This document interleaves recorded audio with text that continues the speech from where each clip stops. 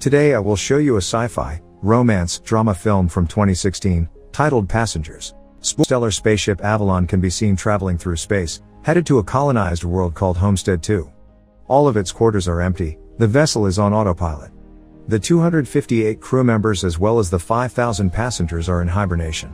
Suddenly, the ship passes through an asteroid belt that's weakening its shields. Power is diverted to the main shield, but the ship is on a collision course with a giant asteroid. Suddenly, the asteroid collides with the ship, causing various malfunctions. The ship begins self-reparations, but one of the hibernation pods activates. The passenger awakened is Jim Preston, a mechanical engineer. His pod opens and an automated system helps with his awakening, telling him that he spent 120 years in suspended animation and that the ship is only 4 months away from Homestead 2. He's told that he will be able to spend that time enjoying the luxurious aspects of the ship. Jim receives instructions about his ID band, his cabin and the primary activities he's to take part of, prior to the arrival on the planet. Excited and nervous to meet the people on the ship, he gets ready, leaves his cabin and walks into an automated class meant for an entire learning group. Jim looks a little anxious, as the hologram explains the situation on Earth, calling it overpopulated, overpriced and overrated. It tells him to hold his questions to the end of the lesson, but Jim keeps asking why he's the only one there. He realizes that the hologram can't answer him and goes to search for other people. He gets to the main concourse of the ship. No one is there either, but an automated informational desk offers to help. Jim asks to talk to a real person and it sends him off to talk to a steward, but when he finds that no one is there too, he asks to speak to the captain. When he gets to the bridge, even though he doesn't have access to go inside, he can see that none of the main crew is awake either. Jim eventually goes to the observatory, where he finds out that the ship is actually 90 years away from Homestead 2. He realizes that he woke up too soon, so he rushes back to the concourse and sends a message back to Earth asking what he should do, because he doesn't know how to get back into hibernation. The communication system informs him that the overpriced call to Earth would take approximately 55 years to get an answer back. Jim is devastated. He walks around and finds the ship's bar, where he sees another person. As he's talking to the bartender, something seems strange about him.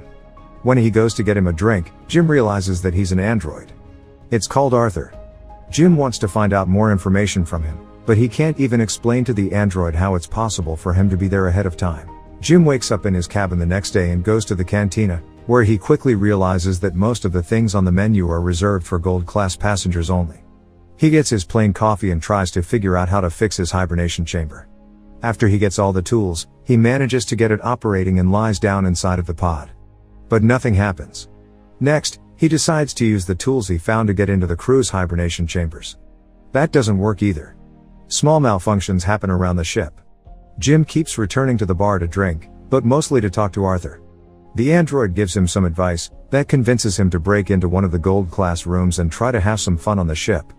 Jim tries all the restaurants, the games, the entertainment system. But as time passes, he becomes even more miserable to be there alone. One day, he gets drunk and wanders around the hibernation pods, when he stumbles into an airlock with spacesuits designed for spacewalks. Jim gets into a suit and goes to the airlock, pushes a lever and then the button to release the airlock door. Once outside the ship, he's mesmerized by the view. He's the only conscious human being experiencing that moment in time. Jim releases the magnets on his boots and floats in space, feeling devastated. He comes back inside, takes off the suit, but goes back to the airlock without it on. He pulls the lever, ready to end it all, but changes his mind in the last moment, runs back inside and slips on a bottle. Jim stands up and is instantly drawn to a woman in one of the pods, named Aurora.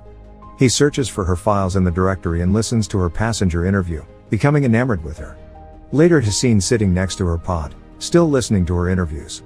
Back in the bar, he's reading some of her work and is talking to Arthur about her writing.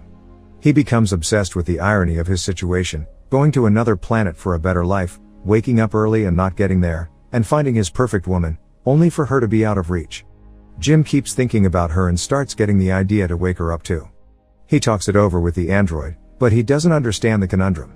If he wakes her up for his own benefit, he'd be stranding her there with him, to die on the ship. Jim decides against it first, but as time goes by he can't let it go. Until one day, he changes his mind. He goes to her pod and manages to activate it.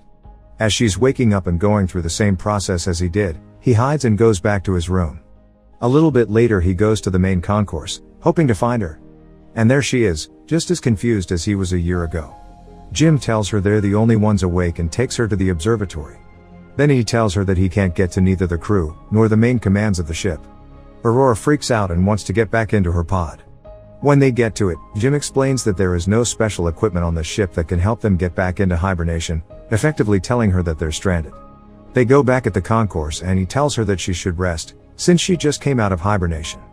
She feels sorry for him, having to spend more than a year alone on the ship. Jim goes back to the bar, feeling regretful about what he did. He asks Arthur not to tell Aurora that he was the one that woke her up. The next day, Aurora wakes up. She goes back to the concourse and asks the automated info desk about the hibernation pods. Jim joins her there and they go to get breakfast. As they leave, the info desk has some sort of malfunction. In the cantina, Aurora realizes that Jim has been eating the same breakfast for more than a year and gets him one of the gold class menus. They talk about the possibility to fix the pods, but, unlike Jim, Aurora isn't ready to give up. She searches through the infirmary, then goes through research documents, eventually ending up at the crew's hibernation quarters trying to break the doors open. Jim notices more malfunctions throughout the ship. Sometime later, Aurora laments about her life on the Avalon. She writes, jogs around the ship and swims in the pool, becoming more and more aware of her situation. She goes to the cantina to interview Jim, thinking that his story might be interesting. She asks why he immigrated to the colony. Jim answers with slogans from the company first, but then further explains that he hopes that on the new world he could be somebody, he could build a life. Later, they end up in the observatory and Aurora finally shares her reason to be there. Unlike the other passengers on the ship, she has a round-trip ticket. Her idea was to go to Homestead 2, live there for a year and come back to Earth, to become the first journalist that has ever done that, writing the greatest story that ever was.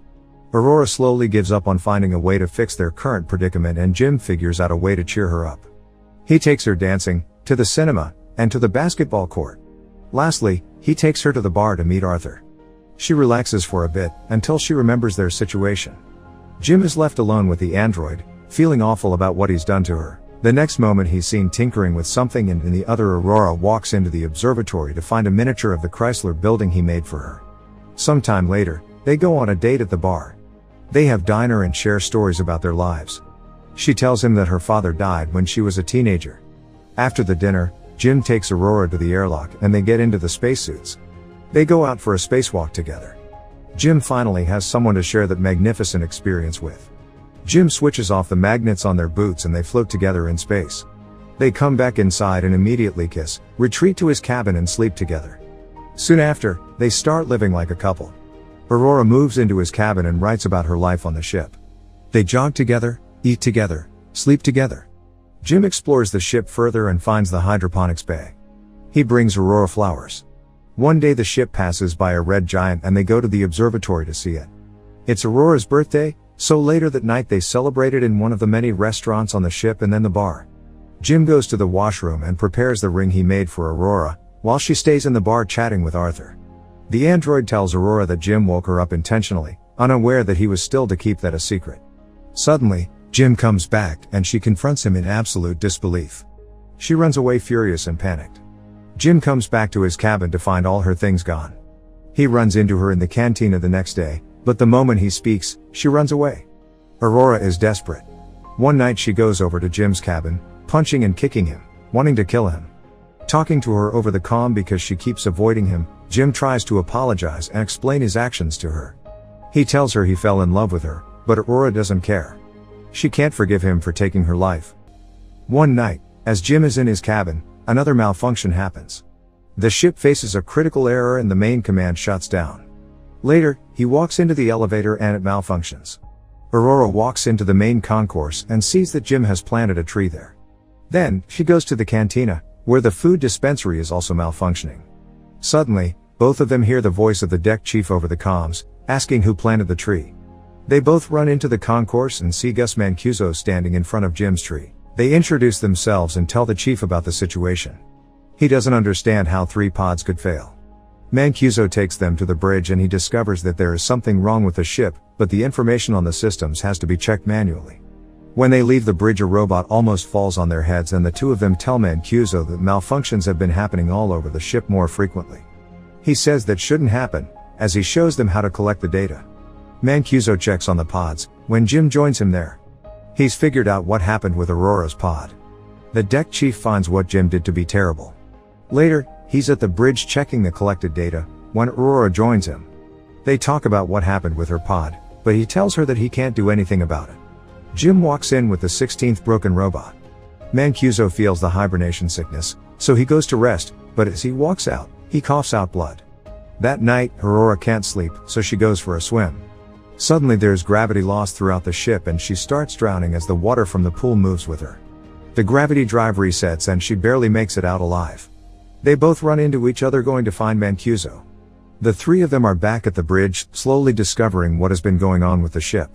Mancuso figures out that something happened 2 years ago, taking out a major system. They need to find and fix what has caused the failure, because the entire ship is trying to pick up the slack. If they don't fix it, the entire vessel will be stranded. They go to find the problem, but Mancuso faints, so Jim and Aurora take him to the infirmary. He's dying and there are no treatments that can stop it or prolong the time he has left. Sometime later, the three of them meet in the observatory and Mancuso gives Jim his ID bracelet, tells them to fix the ship and immediately perishes. Suddenly, the lights change to an alarming red and the ship starts shaking. Jim tells Aurora that he needs her help, and they run toward engineering, but there's another failure in the gravity drive. And immediately another one that afflicts Arthur as well. Jim deactivates him. They finally arrive in engineering and start looking for the problem. They find it in the power plant and as they open the hatch, Aurora gets sucked in. The asteroid has caused a breach in the hull in that area. Jim gets sucked in too, but he holds on to the hatch, as it keeps closing on him. Eventually he gets sucked in too, but they quickly manage to seal the breach. Instantly after fixing that problem, Jim realizes that there is more than one breach in the hull. The two of them follow the trajectory of the meteor and find that it has hit the reactor control computer. Jim thinks he can find replacement parts for it. They find the part and change it, but the process of venting the reactor still fails. They do it manually, but it fails again. Jim figures out that he needs to open the vent door from outside of the ship, so they can cool the reactor down. Both of them go to the airlock and as he's getting ready to go out, he gives Aurora Mancuso's bracelet, because he might not come back. She helps him with the suit and as he walks into the airlock she tells him to come back because she can't live on the ship without him. Aurora goes back to the reactor, where the temperature has hit critical heights. A bolt from the reactor propels into her arm, as Jim is getting closer to the vent from the outside and sees the door. The temperature rises in the reactor room, while he is trying to bypass the vent door to open it. He soon realizes that he'll have to manually hold the door open so the reactor can vent and he tells Aurora. She doesn't like the plan, but he goes ahead with it and tells her to vent the reactor.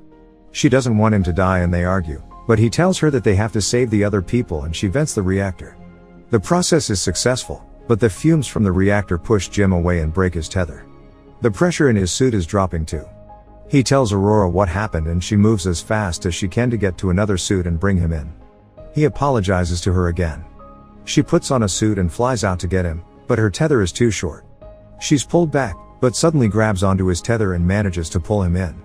Aurora drags Jim into the infirmary, only to find out that he's already dead. She uses Mancuso's bracelet to override the medical protocols and to resuscitate him. The medical pod does the work automatically and revives Jim. Aurora forgives him. Later, Aurora fixes Arthur and they give Mancuso a proper space burial. Jim takes her to the infirmary and tells her that he's found a way to use the medical pod as a hibernation one.